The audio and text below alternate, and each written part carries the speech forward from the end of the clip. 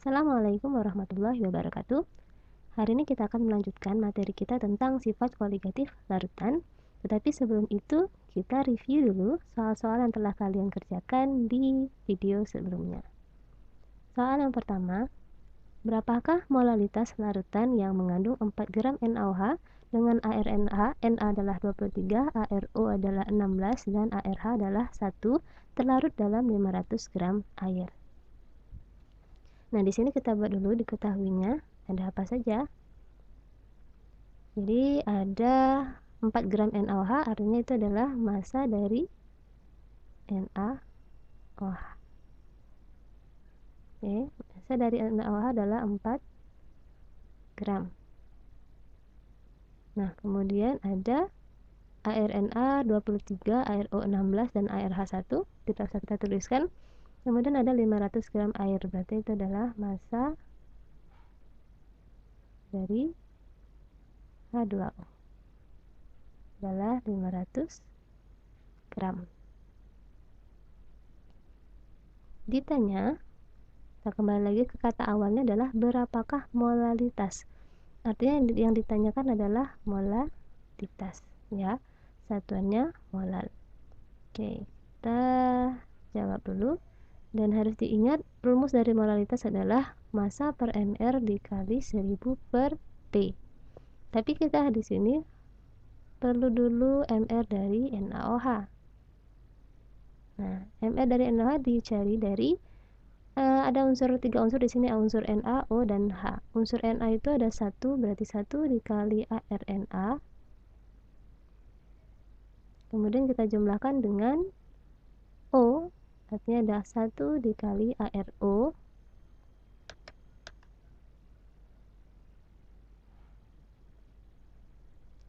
Dan 1 dikali ARH. Oke.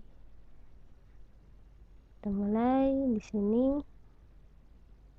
Kita masukkan angkanya, berarti 1 dikali ARNA tadi 23, O ini 16, dan H itu 1. Berarti 1 kali 23, 23 ditambah 16 ditambah 1, kalau kita jumlahkan hasilnya adalah 40. Nah, kita masuk ke rumus. Molalitas sama dengan massa per mr dikali 1000 per pelarut. Nah, massa yang kita ambil di sini adalah massa dari terlarutnya, yaitu si NaOH sebanyak 4 gram. Jadi 4 per mr yang kita hitung tadi ada 40 dikali 1000. Untuk P-nya itu adalah massa dari air. Dalam hal ini ada 500 gram. 4 dibagi 40 itu 0,1. 1000 dibagi 500 adalah 2. Berarti ini kalau dikalikan ada 0,2 molar. Nah, itu soal yang pertama. Oke, berikutnya adalah soal nomor 2. Sebanyak 4,9 gram H2SO4 dilarutkan dalam 1 liter larutan. Tentukan molaritas larutan tersebut jika diketahui ARH sama dengan 1, ARS 32, dan ARO sama dengan 16. Baiklah, di sini kita buat diketahui dulu. 4,9 gram H2SO4 berarti ada massa dari H2SO4 ada 4,9 gram. Kemudian volumenya adalah 1 liter air. Jadi ini volume dari larutan sebanyak 1 liter, ya. Dan ingat 1 liter artinya itu 1000 ml, ya. Tinggal dikalikan dengan 1000. ARH1, ARS32, dan ARO 16. Yang ditanya adalah tentukan molaritas, disimbolkan dengan M besar. Nah, lagi-lagi kita di sini tidak diberitahukan mr, maka kita harus hitung dulu mr dari H2SO4. Ada 3 unsur lagi, ada unsur H, S, dan O. A-nya ada 2, berarti 2 dikali ARH ditambah dengan S, di sini ada 1 dikali ARS ditambah 4 kali ARH. O. Jadi 2 dikali ARH itu 1 ditambah 1 dikali ARS 32 ditambah 4 dikali ARO itu 16. Jadi 2 ditambah 32 ditambah 4 kali 16 itu 64. 2 tambah 32 34 tambah 64 berarti ini 98. Oke. Nah, sudah kita cari MR, sekarang kita masukkan rumus dari molaritas, yaitu massa per MR dikali 1000 per volumenya dalam mililiter. Jadi massa yang kita pakai adalah massa dari H2SO4 yaitu 4,9 gram. Di sini kita tuliskan 4,9 per 98 dikali 1000 per volumenya, karena 1 liter artinya juga 1000 mililiter. Jadi ini bisa kita bagi 1000 bagi 1000 hasilnya 1. 49 dibagi 9,8 itu 0,05 molar. Oke.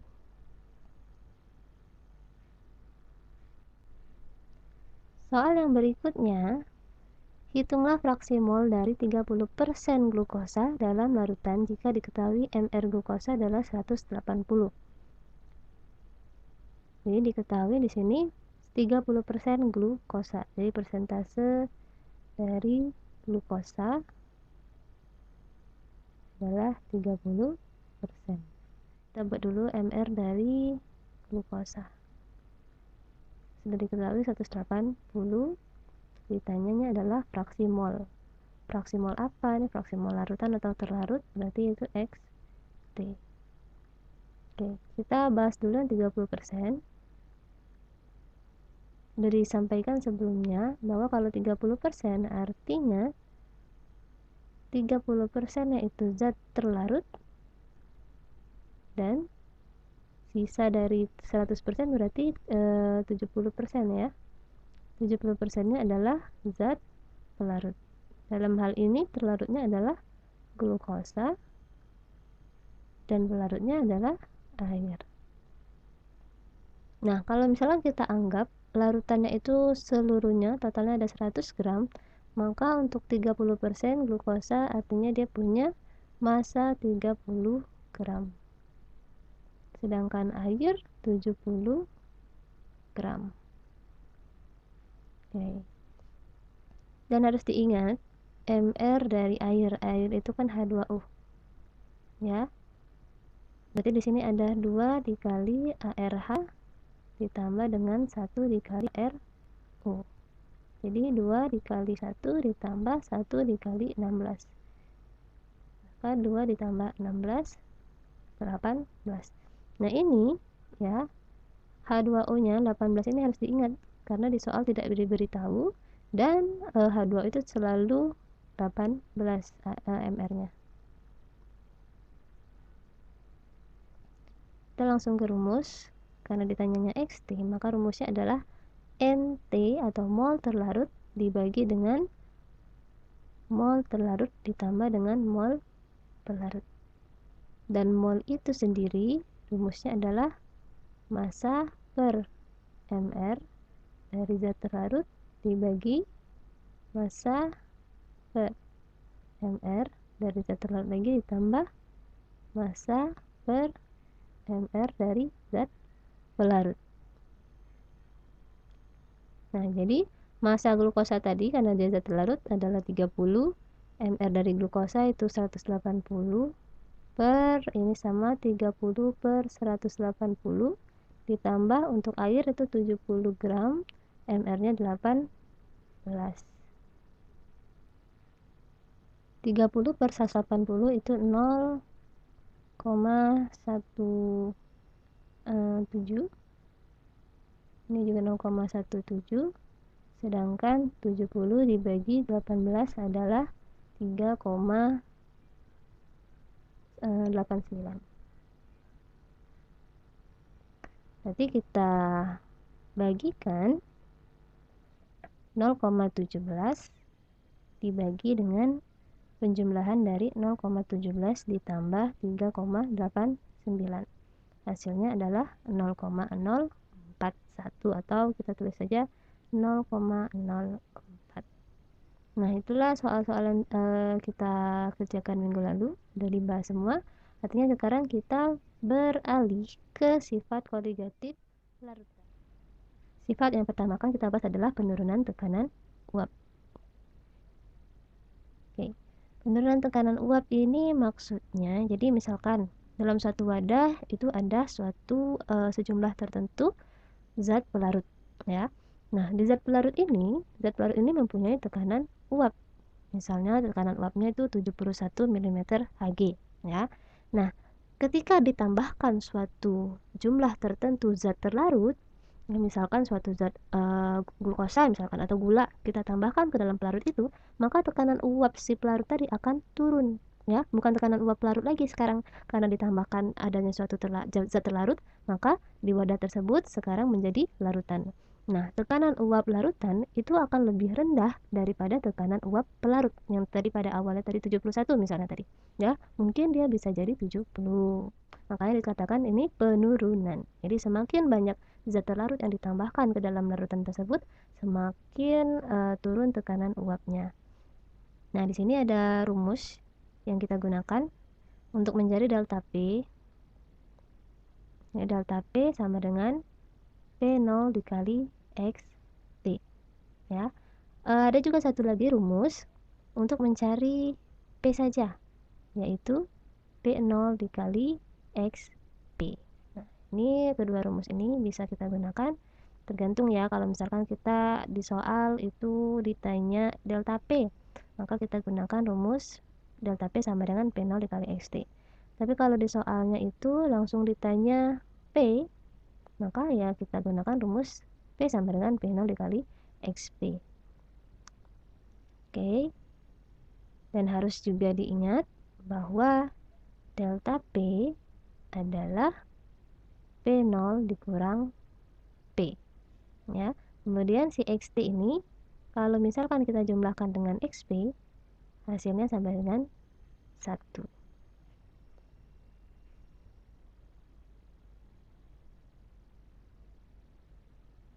Nah, kita buat dulu keterangannya di sini. Apa sih delta P itu? Ya, delta P ini adalah penurunan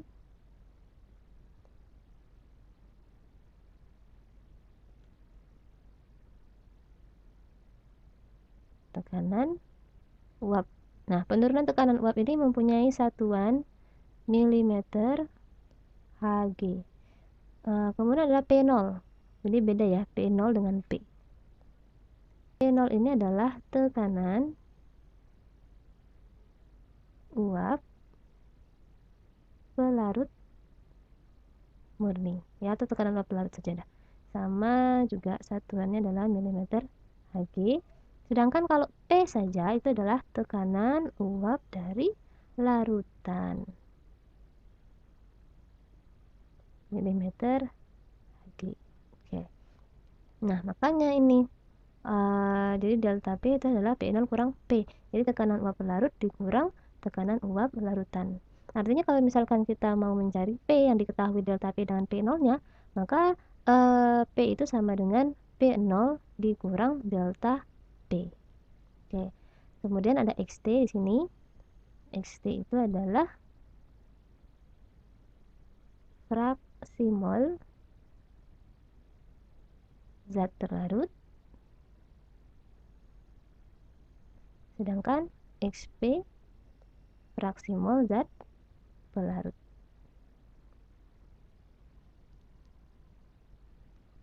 Nah, contoh soalnya yang pertama kita bahas dulu. Jika fraksi mol urea dalam air sama dengan 0,2 dan tekanan uap air pada 20 derajat Celcius adalah 17,5 mm Hg, berapakah tekanan uap jenuh larutan pada suhu itu? Jadi di sini kita buat dulu diketahuinya.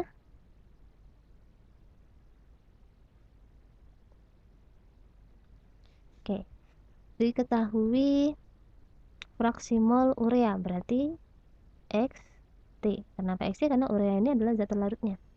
Sama dengan 0,2. Kemudian 20 derajat Celcius ini tidak perlu kita tuliskan karena tidak akan kita gunakan. 17,5 mm Hg ini apa? Nah, kita baca nih tekanan uap air. Karena air itu sebagai pelarut, maka 17,5 itu adalah P0. 17,5 mm Hg. Pertanyaannya yang ditanya adalah berapakah tekanan uap jenuh larutan? Nah, ini lihat.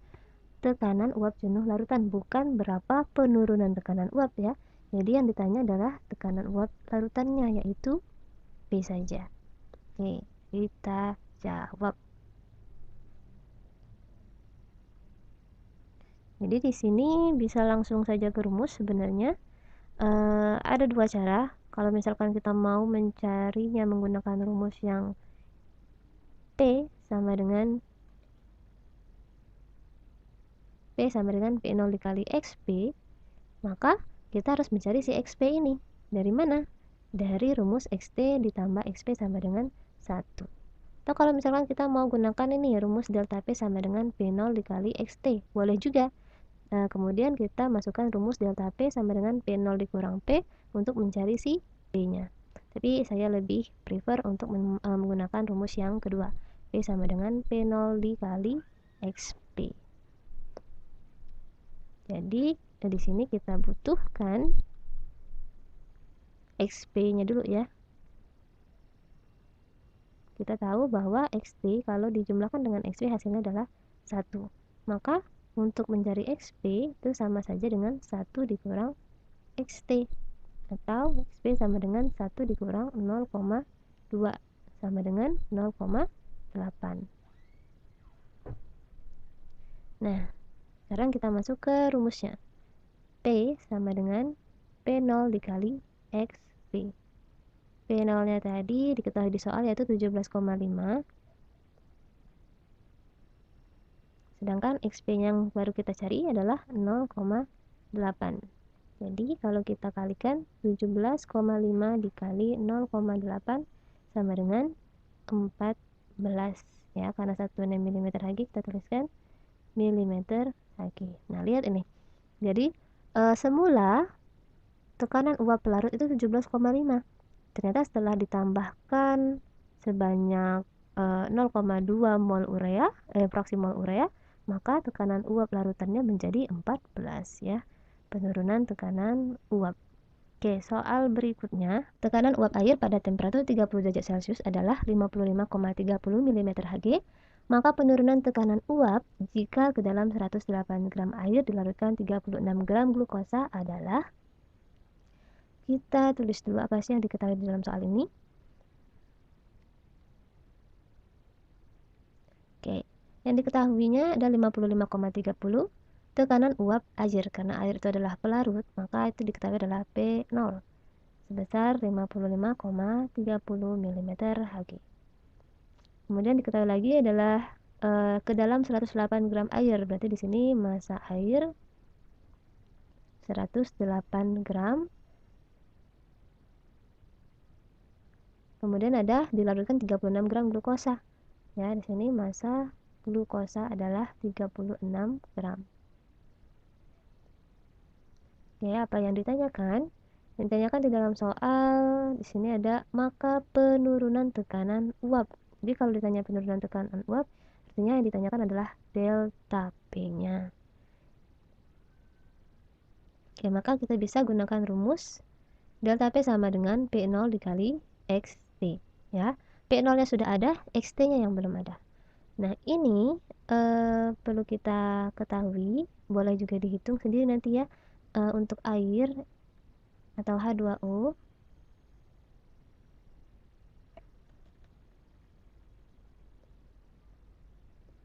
untuk glukosa itu C6H12O6.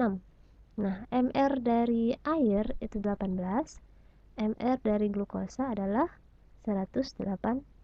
Nanti boleh dicek sendiri. Oke, nah sekarang kita cari dulu XT karena kita butuh XT tadi. XT itu adalah NT dibagi NT plus NP ya, dimana ingat N itu atau mol adalah massa per mR, T untuk terlarut, P untuk pelarut. Artinya di atas ini adalah massa per mR dari terlarutnya, dalam hal ini adalah glukosa. Nah, diketahui massa glukosa adalah 36 per mR nya itu 180. Ini sama NT untuk glukosa 36 per 180.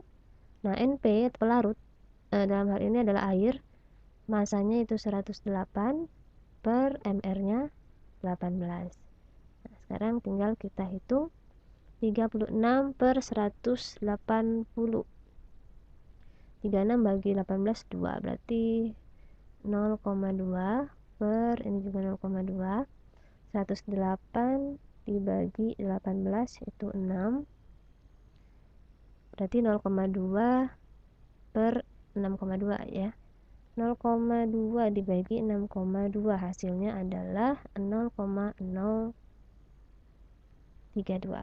Oke, ini baru XT 0,032. Yang kita perlu cari adalah delta P.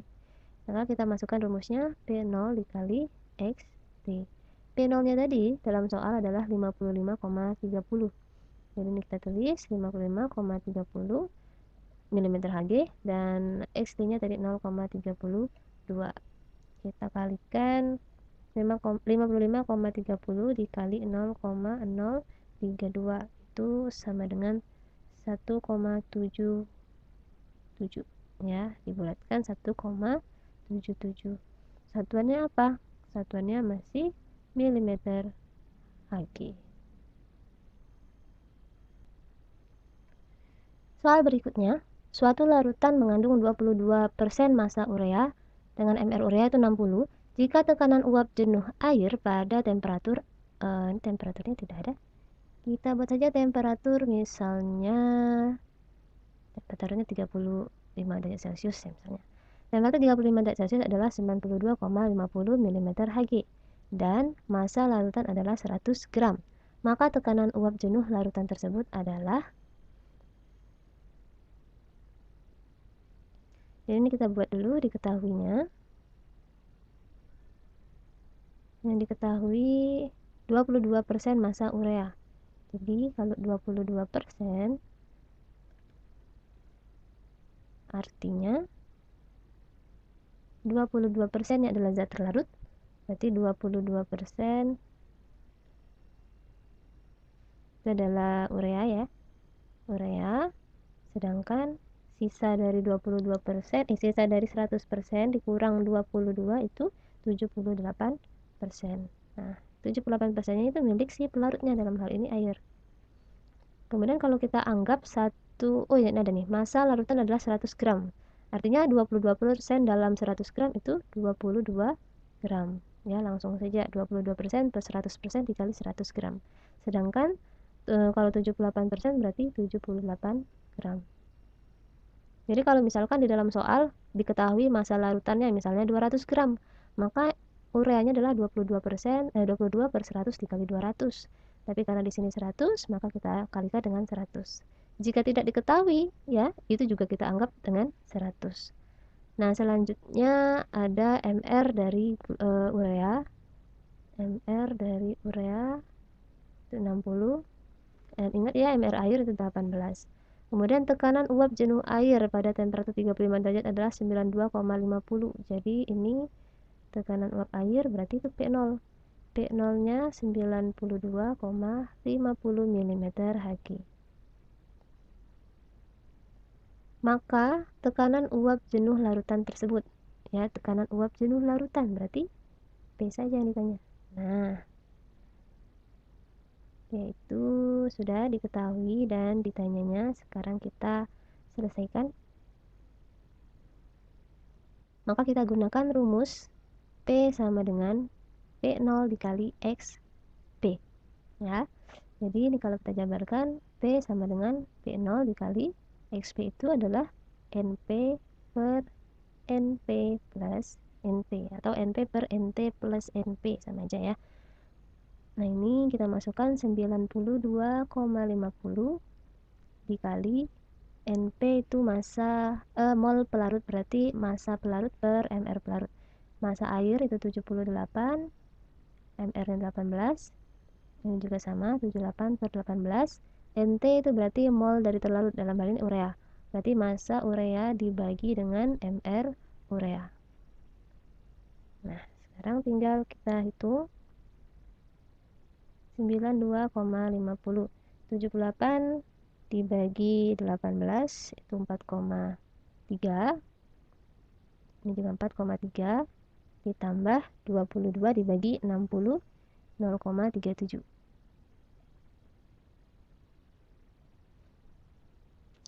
Jadi 92,50 dikali 4,3 per 4,3 tambah 0,37, kita kalikan dulu itu ditambah dulu ya 4,67, berarti kan 92,50 dikali 4,3 dibagi dengan 4,67, jadi hasilnya adalah 85,17. Satuannya tetap milimeter Hg. Nah ya, jadi ini terbukti lagi bahwa tekanan uap larutan itu lebih rendah daripada tekanan uap pelarutnya ya, makanya disebut dengan penurunan tekanan uap.